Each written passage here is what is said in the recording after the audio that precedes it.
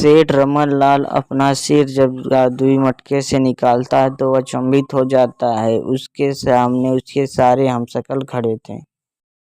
सोनपुर नामक एक गांव में श्याम अपनी पत्नी सीमा के साथ रहता था। वह लोग बहुत गरीब थे। वह मेहनत मजदूरी करके अपने घर का पालन पोषण करते थे। एक दिन ऐसे ही श्याम सोहन लाल के खेत में काम कर रहा था तो उसके फावड़े से आवाज़ निकलने लगती है। वह थोड़ी देर रुक जाता है और वहाँ पर खोदता है तो खोदने के बाद उसे एक घड़ा मिलता है।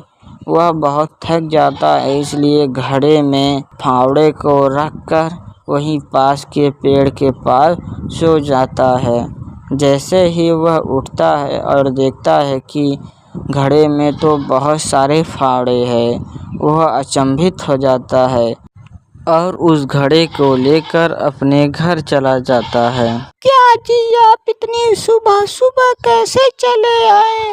क्या सेठ जी ने आपको निकाल दिया? हम अब खाएंगे पिएंगे क्या? बताइए, आप कुछ बोल क्यों नहीं रहे हैं? ऐसा कुछ नहीं है सीमा, मैं बहुत ज़्यादा थक गया था, इसीलिए मैं घर चला आया। देखो मैं तुम्हारे लिए क्या लाया हूँ। यह देखो, एक जादुई घड़ा है। इसमें अगर किसी एक चीज़ को डाल दो तो यह घड़ा पूरा भर जाता है। सीमा, तुम जाओ, कुछ पैसे और कुछ जेवर लेकर आओ। देखो मैं इसको कितना बना देता हूँ।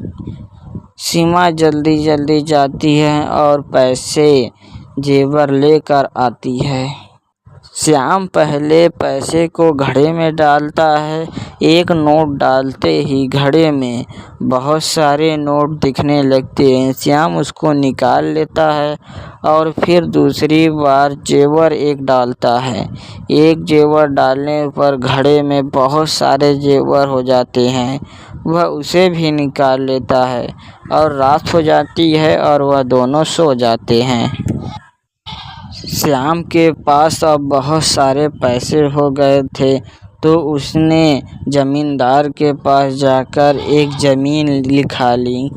यह बात पूरे गांव में आग की तरह फैल गई कि पहले श्याम जो खाने के लिए मरता था आज ज़मीन खरीद रहा है। ऐसी ही बातें सेठ रमन लाल को भी पता चलती है। सेठ रमन लाल सीमा के घर चला जाता है।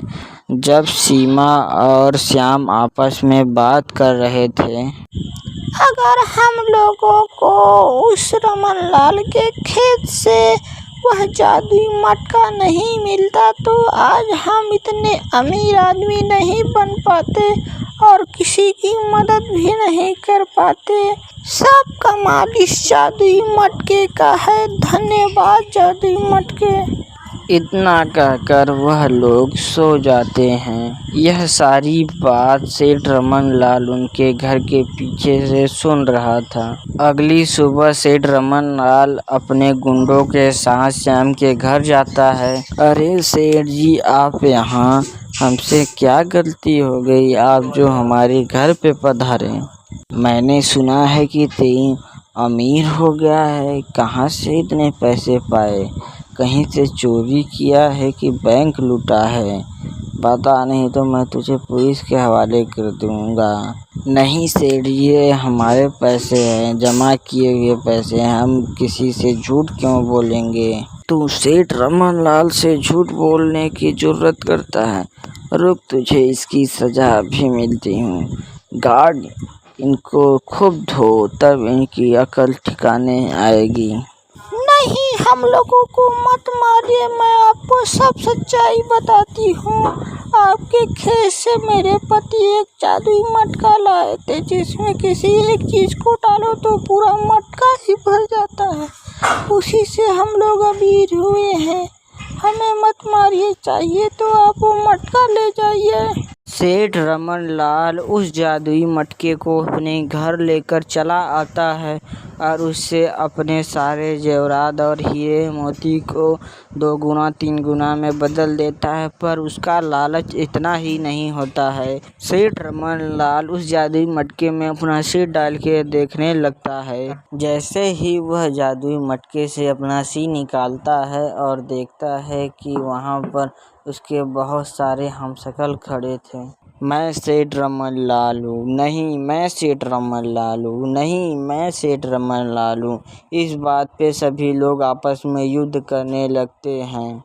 कुछ देर में सारे हमशक्ल मर जाते हैं और साथ में असली रमन लाल भी मर जाता है। जादुई घड़ा वहाँ से उड़कर सीमा और श्याम के घर चला जाता है। जादुई घड़े की मदद से सीमा और श्याम गांव वाले की मदद करते रहते हैं।